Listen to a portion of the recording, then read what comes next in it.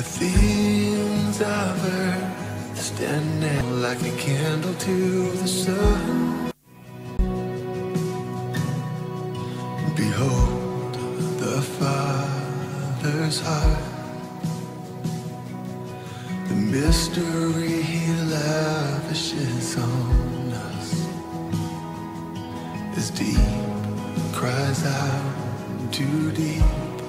Oh, how desperately He wants. Ceux qui l'ont reçu et à tous ceux qui croient en son nom, il leur a donné le pouvoir de devenir enfants de Dieu, fidèles de l'émission L'Église et les pasteurs. Bienvenue et shalom à ce nouveau numéro. Comme vous savez, c'est une émission où nous faisons passer ou défiler les ministres de Dieu, j'ai dit les hommes de Dieu qui passent sur ce plateau pour pouvoir édifier notre foi, mais surtout pour pouvoir nous apporter ce qui est de la connaissance, puisque la Bible dit que ajoutez à votre foi la connaissance. Une fois encore, shalom, nous sommes là aujourd'hui, vous hommes de l'église, vous les églises qui sont répandues à travers le monde, vous qui voulez aussi passer dans cette émission, le numéro est là au bas de votre petit écran. Vous appelez quand vous voulez, vous prenez rendez-vous et mon équipe et moi, nous allons venir chez vous pour pouvoir parler de la part du Seigneur qui est la base de cette émission, mais surtout plus pour édifier le peuple de Dieu que Dieu nous a laissé comme mission ici sur cette terre des hommes. Encore une fois, shalom. Comme je l'ai dit, c'est souvent les hommes de Dieu qui font leur défilé sur ce plateau de l'église et les pasteurs. C'est juste pour vous dire que je ne suis pas seul sur ce plateau, je suis accompagné d'un homme de Dieu, d'un éminent homme de Dieu, d'un homme de la parole, d'un homme de l'évangile, d'un homme qui n'aime pas qu'on l'appelle pasteur, mais qui aime qu'on l'appelle comme pasteur. C'est-à-dire que vous le reconnaissez, c'est celui qui n'est pas un visage à présenter sur l'église et les pasteurs. C'est un ancien de cette émission qui est passé, qui nous a parlé sur beaucoup de thématiques qui a mis aussi l'eau dans votre bouche.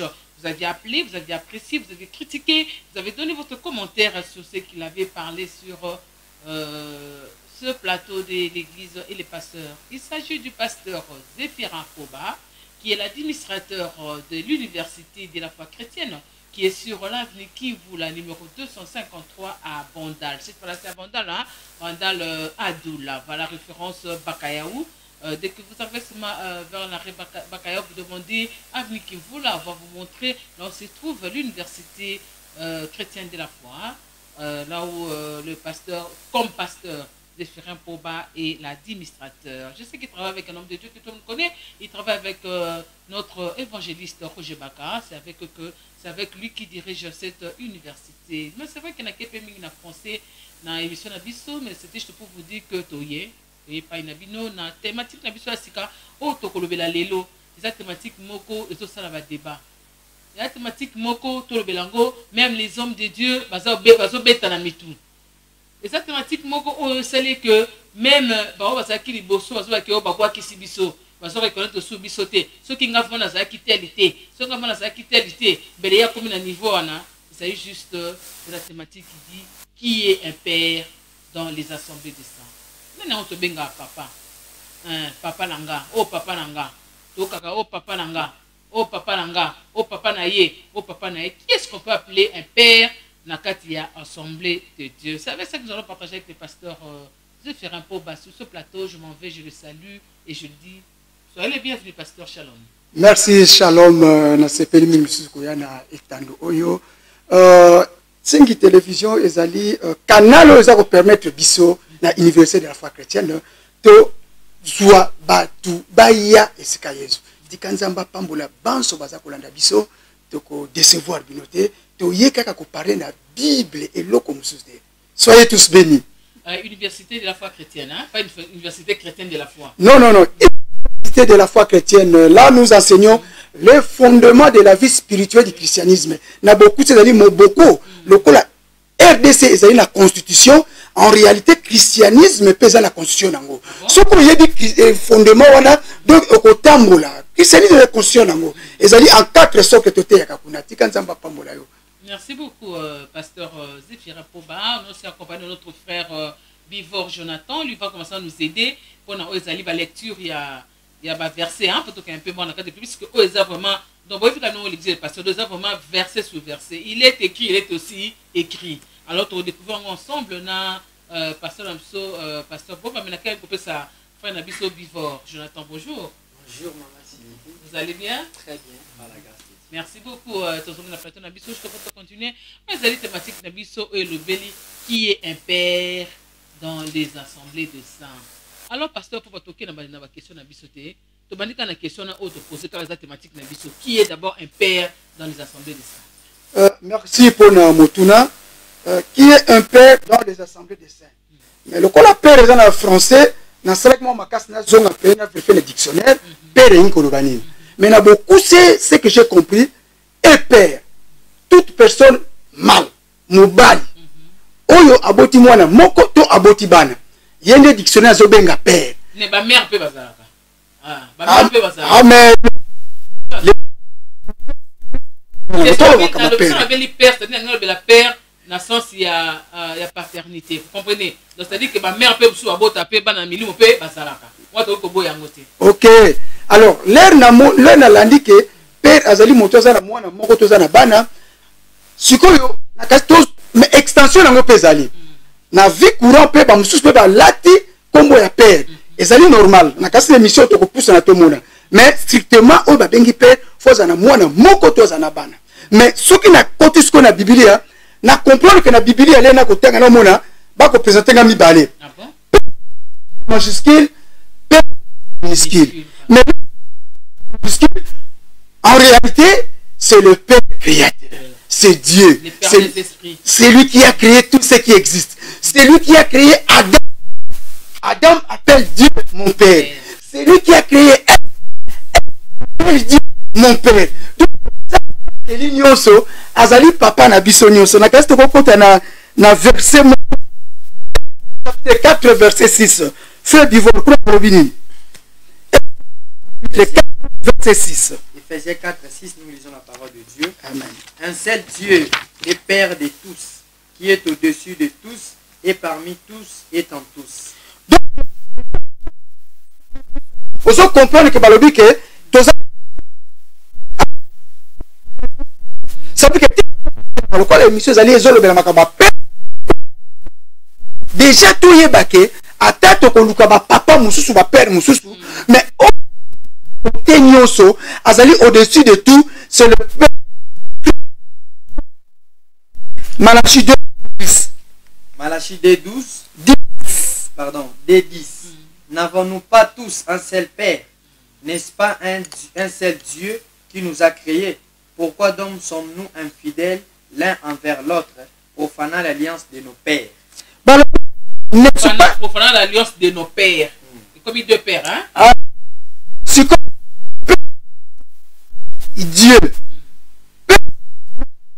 N'avons-nous pas. C'est ça. Donc, on a 4 versets dans ce là parce que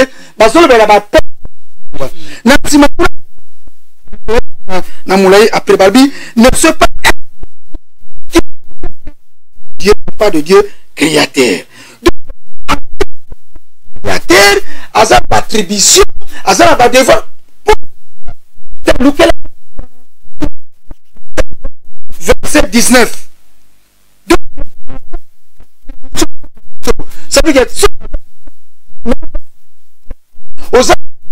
qui c'est la bango. Moi, il faut que la éthique qu'on le batte que lipa est comme chef lipa bungi luka lipa pesa mwana amelati. Il faut que le soit mon makoki. Nzambe azama matoke na 19. Dans leur détresse, ils prièrent à l'Éternel et il les délivra de leurs angoisses. Biso peuple, biso majuscule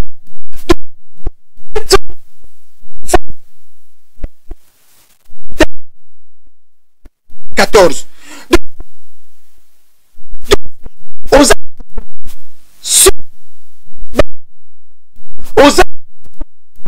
Dans leur détresse, Baléli Nanzambe peut a délivré Bango.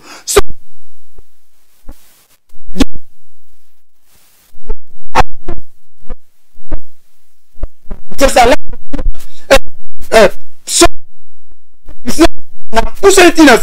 Yebisa 7:14, nous lisons la parole de Dieu. Si mon peuple sur qui est invoqué mon nom s'humilie, prie et cherche ma face, si se détourne de ses mauvaises voies, je l'exaucerai de cieux et je lui pardonnerai son péché et je guérirai son pays. Azali so Azali Naza Naza na botolio qui pète to que ne malé mais naza koya na botolio yango te Toi tu besoin le père des esprits.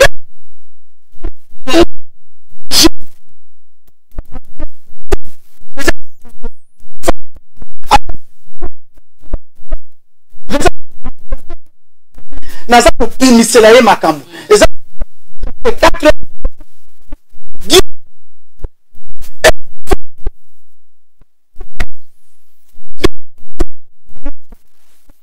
il est notre Père. Son 12 à 13 balobi. Mais à tous ceux qui ont reçu l'introduction, ouais. À tous ceux qui l'ont reçu Oui. et à ceux qui croient en son nom, Oui. il leur a donné le pouvoir de devenir enfants de Dieu.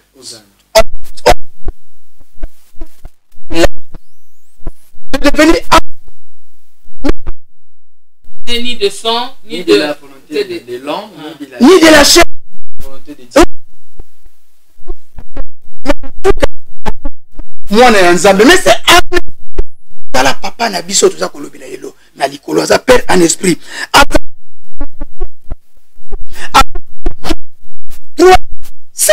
Balobini.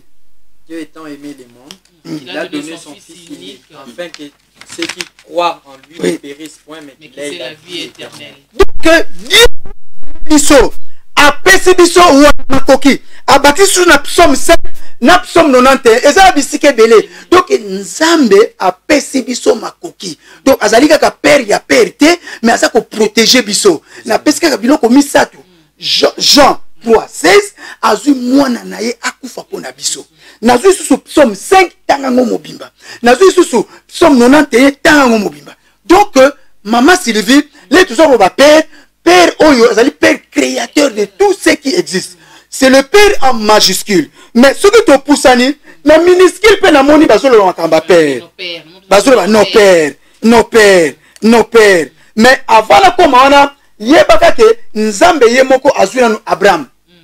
Lokola Abraham a tosaki na kondima a commissaire père de la foi. De la foi. Totikeleka na nanu wana ba père su bakoya. Na simbi de la foi parce que ngate mna pesi yango, mais nzambe mutapesi po andimaki kozwa l'unique mwana na ye apesa ye mbeka na sacrifice pona papa na ye nzambe. Donc nzambe apesi père de la foi. Mais poni na pesa ki parce que Jésus akoya to kondima Jésus na grâce mais au moyen de la foi. Ngana kutana Jésus Christ mais ce qui n'andimeli et s'il est au moyen de la foi ngai pe na biki. Mais Jean Jésus parle bien dans Jean 10:30 dit que lui et les pères ils sont un. D'ailleurs pas sa père na biso non. Jésus a pita nous autres pas biki sa biso. Lui et le père bazali kaka moko. Mais awalera yaki il fallait alata nzoto. Or masumu elata makana nzoto. Alati masumu na biso babomaye mais lokola kufi ya yanga ndimeli par la foi tobika tala père Jean 3:16 tala makambo asalaki pona biso. Siko toke na père en minuscule zwelanga Genèse 23 et 28 13. Donc Genèse 13 naza koloba na père en minuscule et loko alboso na moni ezali makama descendance. Ça veut dire que ba koko na biso tobe un peu ba père. Ba père. Voilà minuscule to moni yango Genèse 28 verset 13. La Bible dit ouais. Et voici, l'Éternel s'est tenu au-dessus d'elle et il dit, je suis l'Éternel, le Dieu d'Abraham ton père et le Dieu d'Isaac. La terre sur laquelle tu es couché, je la donnerai à toi et à ta postérité. Donc tout ça na père minuscule. Ya minuscule na bani lokola ba ancêtre na biso. Nga na biso Exode 3:6 balobi. Il dit je suis le Dieu de ton père, le Dieu d'Abraham, le Dieu d'Isaac. Moïse cacha son visage parce qu'il craignait de regarder vers Dieu. Ça veut dire que Moïse nzambe esali bambula ebele ba siècle nzambe abimela bato te mais lire alingi kotinda Moïse apesa ye mosala aza korapele ye linie na ye baancetre na ye nazali nzambe ya Abraham koko na yo nazali nzambe ya Isaac puis nazali nzambe ya Jacob. Moïse n'a jamais connu ces gens là à part la histoire. Donc père en minuscule ezali pe ça n'a pas que même notre père de père, c'est-à-dire notre Dieu créateur reconnaît aussi ma père wana. Oui, minuscule arso ko reconnaître que ba wana ba père na yo, hein, ba benyo en extension, père en extension. Donc ba fongoli ka boté même titre ba pesa kamo. OK. Zonanga Genèse 4:20. Père titre mutu abandi di kamombala liboso, ba ko benge père. Genèse 20. Adam enfanta Jabel, il fut le père de ceux qui habitent sous les tentes et près des troupeaux. Donc, père ya bato bazakana se ya batante. Le quoi bazaki bato ya liboso, bango père. Est-ce que différence entre père et patriarche? Patriarche ça ancêtre, le quoi la Abraham ça ancêtre. Eh bato ya kala wana, bato ya kala, bango ya patriarche. Oh ya sikoyo te. Exprimer ils ont fait ça respect. Pour le respect, Genèse 45:8. Pour le respect. Na kaso so comprendre que na botolio qui perte. Mais toza koya. Na le bati Dieu créateur et le père. Mais oh même tela ba sabi église mo me balinga betela ngotolo. Na lobi que na botoli. Na botoli bango te na zakoya. Ya nzambe mutu akosimba ngo azalité. Tokei. Genèse 45:8. Ce n'est donc pas vous qui m'avez envoyé ici, mais c'est Dieu. Il m'a établi père des pharaons, maître de toute sa maison et gouverneur de tout le pays d'Égypte. Donc déjà Joseph na Égypte, babengi père, nzambe mutatie wana. Donc babengi père, même pharaon a ko reconnaître qui père na ye. Zoasiko Matthieu 23:9. Tobandiko ya Matthieu 23:9. La Bible dit dans Matthieu 23:9, et n'appelez personne sur la terre votre père, car un seul est votre père, c'est lui qui est dans le ciel. Mais on est comme paradoxal. Même Nzambe moko reconnaître que ABC Jacob d'abord, avec qu'il est le père d'Abraham et d'Isaac. ABC Moïse est le père d'Abraham, d'Isaac et de Jacob. ABC Joseph attend que on soit là. Si vous comme sur la matière avec n'a plus aucun comme votre père n'a comprend on peut souter par maman Sylvie tant on a ça ko ba tubo silikana nous na boto bilo qui perte yango to bandi koya bandi en version on est en bien. Matthieu 23 verset 9. La Bible dit n'appelez personne sur la terre votre père, car un seul est votre père, c'est lui qui est dans les cieux. Na ba oyo nyonso na tangi to bandi na nzambe azali père parce que mtakeli mutu sikoyo ba oyo mususu ezaka titre honorifique ba pesi bango bazali ba koko na biso to bien pe ba père kaka bongo oh mutu abandi tante liboso abengi père mais ko bosa na te mutu abandi même to na République démocratique du Congo na indépendance ezaki na batu ba telemaki nga na telemaka na ngai te on dirait nga na bota makite tango ngo ba o telemaki lokola bango baki bata liboso ko telemela mindele diboke ne boti kelso mboka nazakoya to zalo ba lobi ya solo mais nazakoya nga na zulu ba indépendance na ko pesa na ko kata bomate ya ko pesa kombo prophète Simon Kimbang ba telemela ki mindele azali père de l'indépendance parce que indépendance ezoma kina noté mbala liboso batu mo batelema kana tolobi ke batu ba ko banda mbala liboso eloko bas mériter petit titre la père de la démocratie na alternance tikananu na démocratie basala ki 13 na kasi le 24 avril 1990 papa Mobutu a libéré démocratie mais pour na 13 parlementaires batelemela kaye na bino moko boluka na kati na bango banani boko pesa on ki pere ya démocratie wala nga na éviter to yena alternance père ya alternance na kalisto ko pesa yango est-ce c'est ça non c'est pour la première fois Maliboso papa joie yango pourquoi on y a ka komboko na pesio hein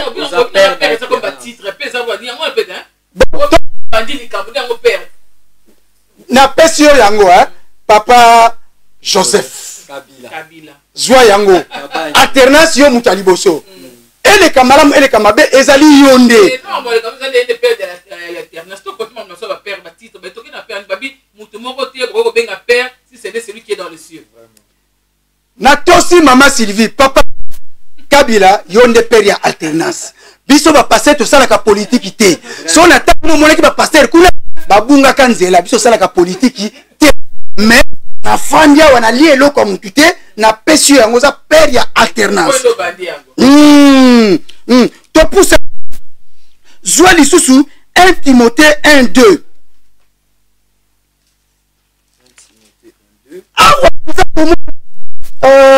pour abonina Pierre Paul a ça pour reconnaître Pierre que ngaza apôtre ya ba incirconcis mais Pierre a ça apôtre ya ba circoncis. Ce que Paul a que côté ya ba païen atei yende mutu azali père na biso yende mutu aliboso abengi Timothée mon fils frère tangana Timothée 1:2 à Timothée mon enfant légitime en la foi.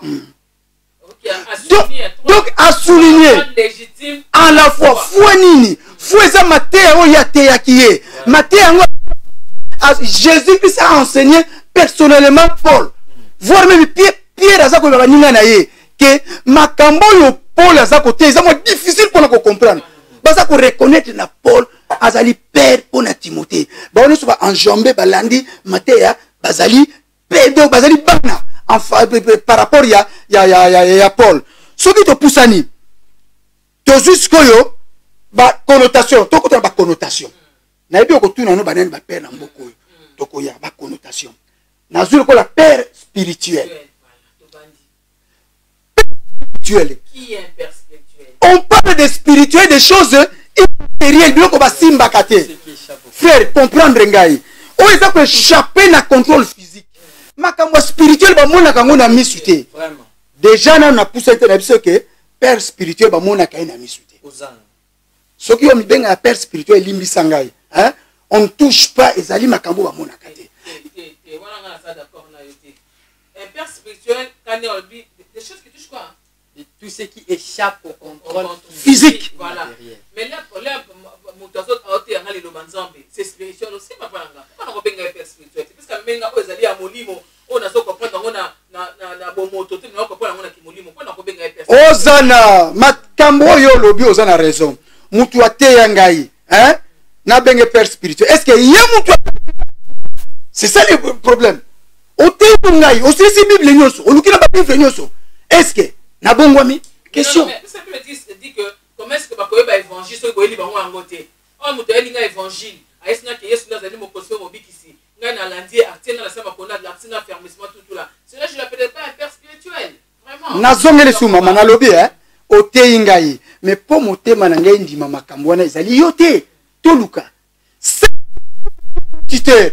Yé mutu fo le kakati wana okokote ya batu mili na matonge mais moko kaka bongwani siko sene okolobeta to na ba télévision ke yone ozo père spirituel bo ba ke yono salini kende koluka okokite sambela nzamba bongo la bango mutu bongo lisabatu yene père spirituel ce n'est pas moi je suis pasteur ata na teyo na père spirituel na jamais na kozalaka jamais et d'ailleurs na teyo nini.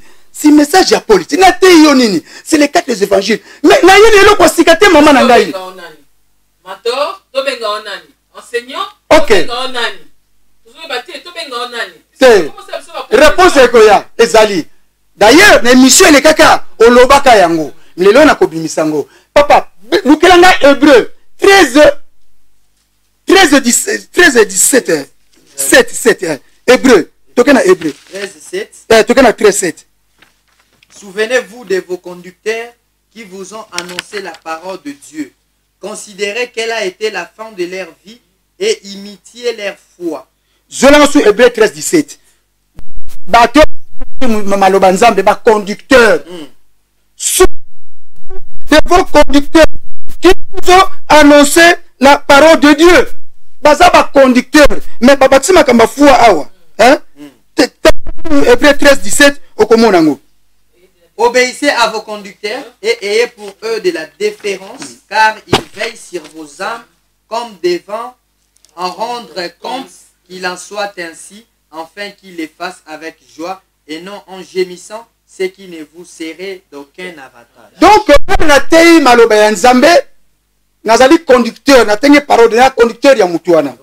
Le quoi nazali conducteur, ti balobi ba am awa, balobi ko na am. Nave am. Surtout que na 1 Thessaloniciens chapitre 5, le verset 23. Bible les a dit que mutuazali créé na 3 parties, l'esprit, l'âme et le corps. Mais âme est dans 4 facultés. La pensée à mutu, à intelligence, à émotion, à sentiment. Or ba sentiment nga sala ke biso to pengwa. Yango ne ba sali ya Nzambe fo bo kengela mutu pona âme na ye. Tala tina bati âme na kati wana. Oui, âme wana. Parce que maman. Les conducteurs. Kasi kosambela pona eza kutu premier mte mais aza ko veiller pona yo mingi pona âme na yo parce que âme wana ba sentiment o ngana linga couleur rouge ya linga ka bleu ngana linga basa molai kusobimi libato moni mosi kuna nga yango we ba uti côté donc ce conducteur faut veiller na yo c'est ça yango bati wana baza ba conducteur mais maman Sylvie eloko moko ya pasi loko les ali honneur ezali honneur. Or honneur il faut tout tikela na Nzambe. Siko yo ba papa ba niba lata ki honneur yango. Soki na bimika na limité awa. Bana na première na comité na 17e nuit, na somo na maman banda ko mati. Na tuni frère divorni wana. Oh baza ko tongela Nzambe ndako. Donc ba tungi ba tout de ba ningi ba ya esika na bango bazwa lokumu c'est l'honneur. Siko baza ko lata paix. Qui en majuscule. Mais avec David a autorisé puisque on peut dire Makila, moi je autorisé Salomon. Dieu a demandé à ceux qui vont construire une maison. Jésus Samaritain. Donc on semble là sur la montagne. Puis à Jérusalem, tu m'as montré n'enga suwa. Là que ça va à Jérusalem. Tu vois sur la tienne bâtiment on a été acte 7 48. Non, bon ça mais tout ton gassu je batu. Le temple de Dieu oui, tongana batu tout où est la komatate et ça la maman soyez qu'on semble les ali a quitté hein yango na lobi hein en tant que père yo ni de la père OK or père il faut kenga la ba brebis Nzambe ayebi kutu funi ya mundu na sali banga mundu est yo yebi nini yo ni na 5 kilte on a 5000 membres est-ce que yebi bango donc ça perte déjà tika biloko na ça perte papa la ngapoba batu ba père to ba père spirituel père monsieur zanini total qui père mutumoko Abraham mais sikoyo to lingi to pesa bino o ezali ya mutu ya pona bino donc botika makamba père n'appeler personne parce que père bino boko lukeza le kumu c'est au monde bino déjà botongi ba tour de Babel na so que le moulai o lebo bo sala ba seline na ki nani na sangama yo so yo na limiter ko mona yo tout mon côté père te laisse à ça devoir ne akenge la kabiso abattre la kabiso yo ité aussi si makamno amen OK aussi le mena yo OK pour ça le boko lui si sur la saison droit dans la tissé le boko za droit Seigneur quand tu t'as enseigné Jésus pisa ma paté Dieu ko pesa yo bango yo ne pesa bango oso comprendre donc sikoyo na yebi ke osiliki mais momo ko pe na Bible na dictionnaire na ko mentor za lokola ngai sika na za ko sambela na za sima ya évangéliste Roger Baka na zora na makambo na sepe nango mais zalité ke un jour pe la nuit pe na abimi singa c'est ça mentor na za ko landelo mutu azali expérimenter na eloko wana ba mentor bazali lata la ko be connaît quand même un mentor oui mentor conducteur pas tolobaki mais nani un producteur na koko zalawa na ume na musala Nzambe na zakana mbankana mais na te ka pe kitoko mais mutu akobimisa nga zate mais lokola mutu moko se ayebana partout jour so jour bilo na campagne na ngai yo pe eteya l'air na te esimbi bato bi mbala mo ba découvrir donc un producteur pe azali mais makambo etali pe ezali peri ya nzambe boza kobotola nzambe donc ebotika yango so tu na plateau wa oui bobotoli yango ya nzambe donc d'ailleurs en tant que prédicateur de l'évangile éternel l'évangile éternel la crainte de Dieu la gloire l'adoration et la louange na katika doit ya moto botoli yango on a ta gloire ya nzambe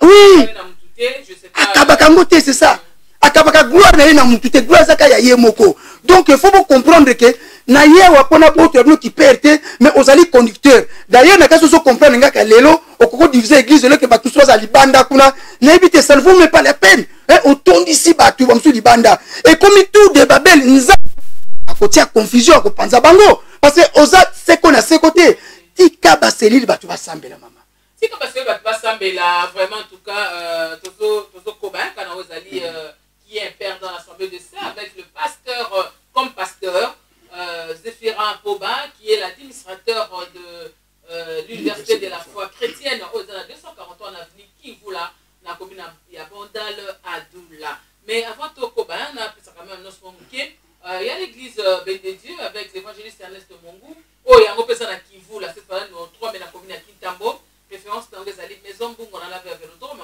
parce qu'on organiser pèlerinage je ne pas dire une retraite et ça le 28 février départ ezali à partir à 14h ok na luzizi là on a dédié année au na maboko ya nzombe yo pe mutu o intéressé yo oye au petit transport de chocolat à 10 000 francs avec une offrande à chiffre 12 je sais pas pour offrir année au bas 12 mois pas ya nzombe azala yo alors to ça na bien ça dépasse le 28 retour ezali le 2 mars en tout cas ceux qui sont intéressés numéro ça n'a pas été écran au Bengi sont dans la procès à retraite allez chercher Dieu avec l'évangile Céleste Mongu autant va utiliser vraiment puissamment à travers la délivrance à travers de prédilections vraiment avec directive il est à côté na ya sakana moi cinéma maman Esther Mongu ya kanzambe ya Ernest Mongu pe à kosa na obika moi alors toujours na plateau na biso ya l'église des pasteurs avec comme pasteur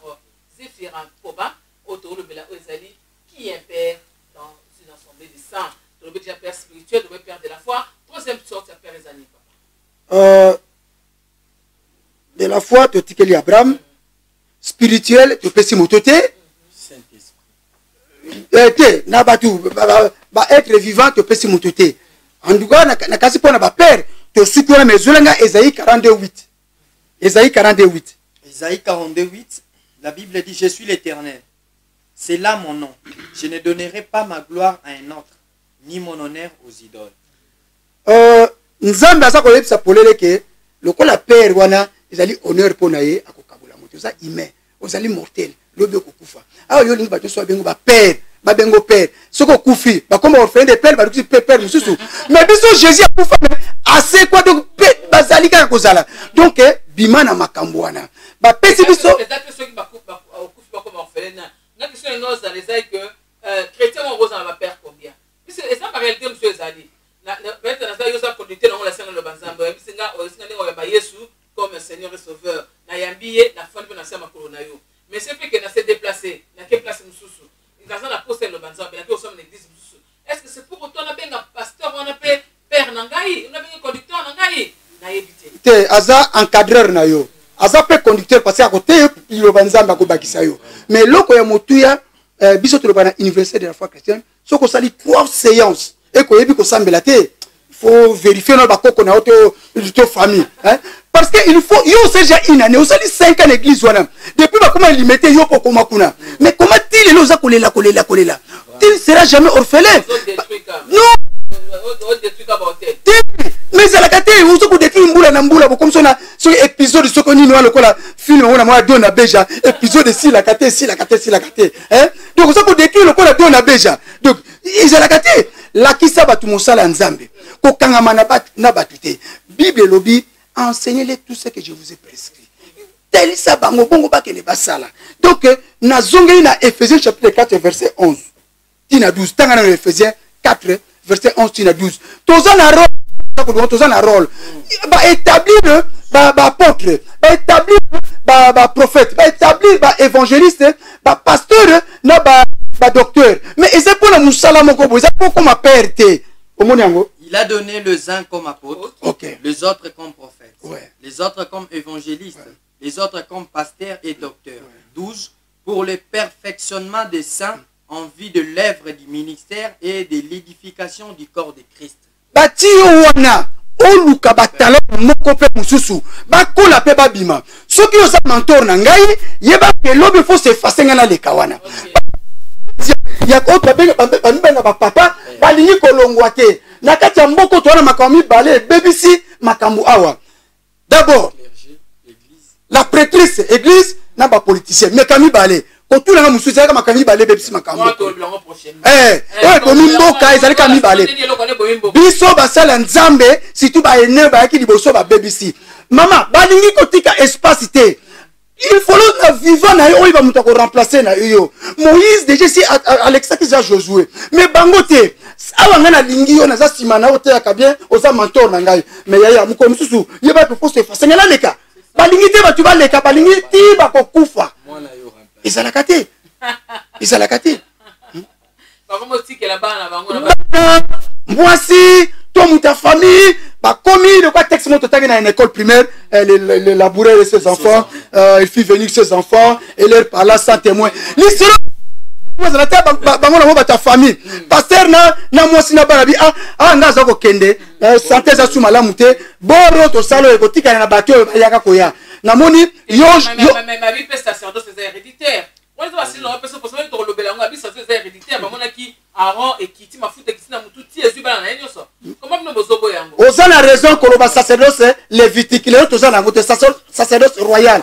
Ngaso nazali motumimbeka po nazali juifité. Ndalo nazali congolais. Et ça c'est héréditaire. Jésus a donné à tout le monde Apocalypse chapitre 1 verset 6, Apocalypse chapitre 5 verset 10. Donc et ça sous côté que la moi cité côté que yango te misala so que ne malamu te. Pasteur Poba. Ah oui, c'est ça. Bien. Oui, que vous interpréter vision bien. C'est ça maman Anne-Marie dit n'a pas interpréter comme votre femme.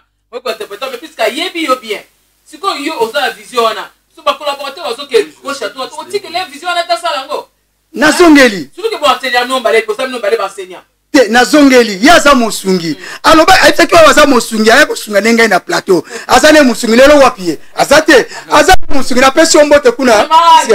Azane mosungi. Azali aide semblable. Te sacerdoce ezali héréditaire te. Maman tozana kimbangiste te. Kimbangiste boka bwana kuna bo bakisala bakoko ya kimbangu na pesi bino mbote bato nkamba tikanzamba batela bino.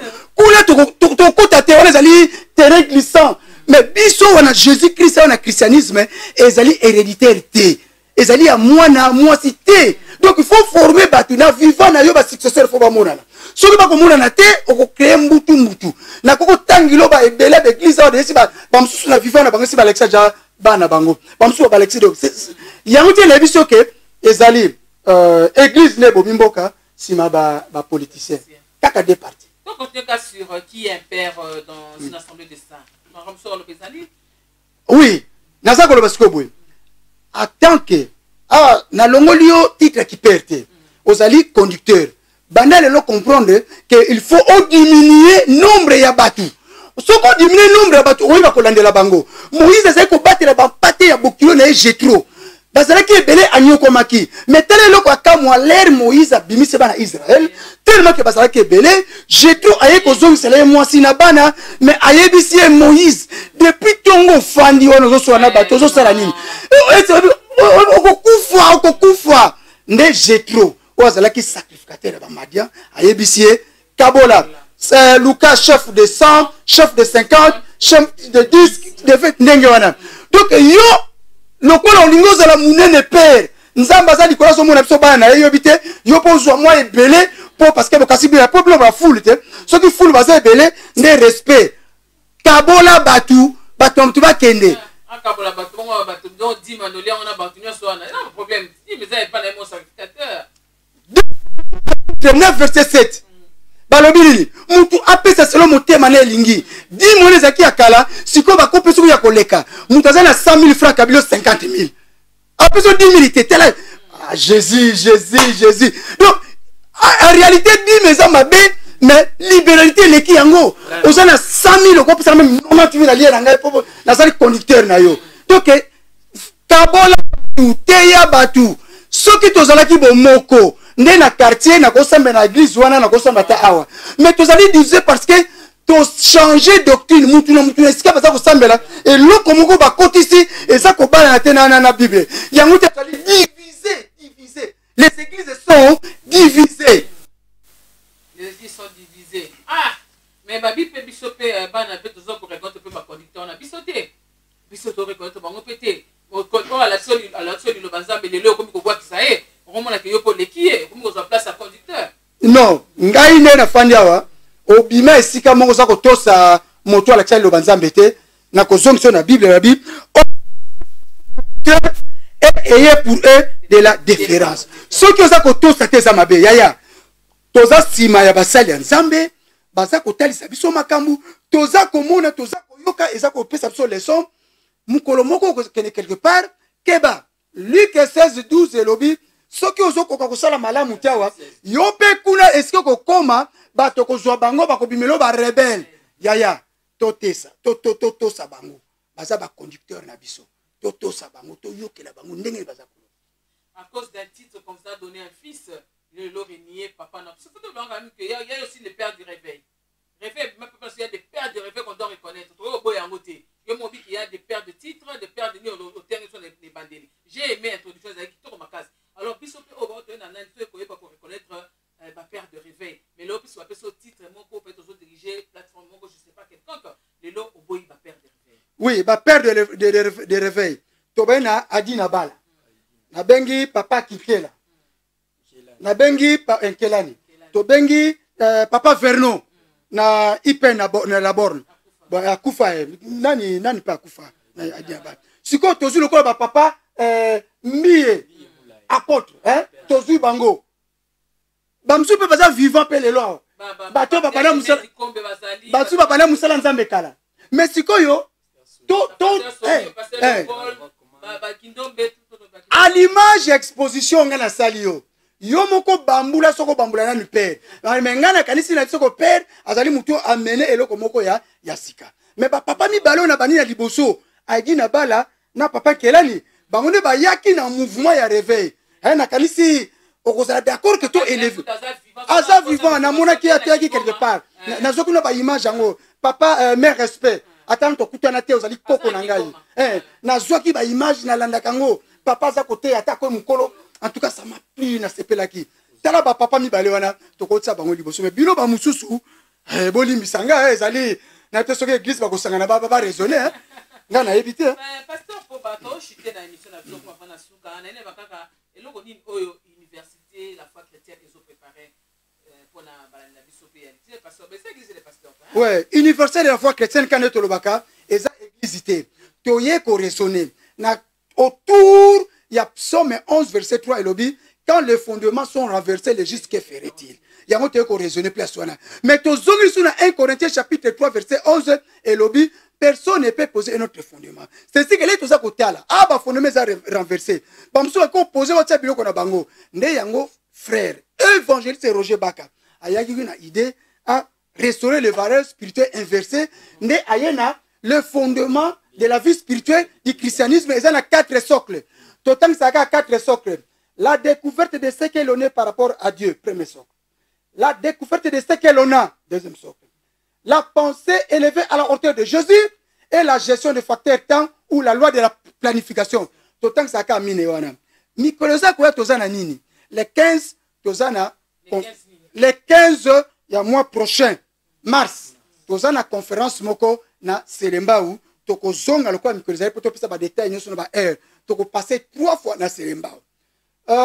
Le 1er mai bana njili bana changu IFC eko yakuna po ete ya bino toko zala kwa na changu mbala sima tokana ba détails nyonso pour le moment, Oyo aligné koyana IFC, Université de la foi chrétienne, tozana 253, avenue Kimvula, Bandal Adoula, non loin na Bakaya wana. Yaka kaka na kaye na yo, stylo na yo, Bible na yo, mercredi na samedi 7h30 à 10h, cours ezali gratuit ba fouti sakate Jésus à 5 jamais bon pour enseigner. Bon, effectivement, le corps offrande les libéralité. Et si quand tu foutes la gangole, tu as besoin de te dire bananzambe, hein, mutum tiaka, librement.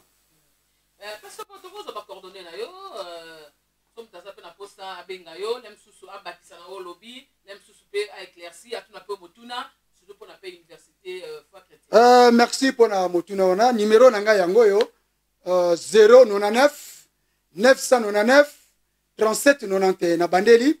Tia ba 9 5 fois 9 9 9 9 9 37 91. Okoki ko benga ngai to partager parce que tout en son église ité na ko ya to partager to kola na bonzambe. Okoki ko benga ngosa information ya IFC na ko pesa yo po matin nazali na yi administrateur kuna na yebi makambu ya kuna na ko betelo masolo ya IFC. To ko pe ko sala débat to betali solo nga na yo makambu nzambe po to kola elongo po nazali ko détenir monopole ya Bible té yo pe oyebi. Merci beaucoup à vous comme pasteur Zéphirin Poba, en tout cas d'avoir encore accepté notre invitation malgré ma multiples préoccupations mais on est quand même condiment pour avoir ça l'émission d'Abisso. Merci aussi à vous qui étiez nombreux à suivre cette émission d'Exil les pasteurs. Je ne manquerai pas de dire merci à mon pasteur, l'évangéliste Ernest Mongou. Je dis aussi merci à l'équipe technique qui m'a encadré aujourd'hui, de maître Epanae Moko Lionel Batoba et assisté de Isaac Korangi. Ils m'ont vraiment aidé pour que cette émission, comme Nabino, je vous dis merci et suivez cette émission. La rediffusion c'est le jeudi à partir de 6h25, 6h30. Vous allez trouver cette émission ensemble, on va partager Nango et puis l'année prochainement. Na numéro la mission à Sikalisé les pasteurs et entre-temps le pasteur Poba, le frère Pivot et moi nous vous disons au revoir. Au revoir, au revoir, au revoir.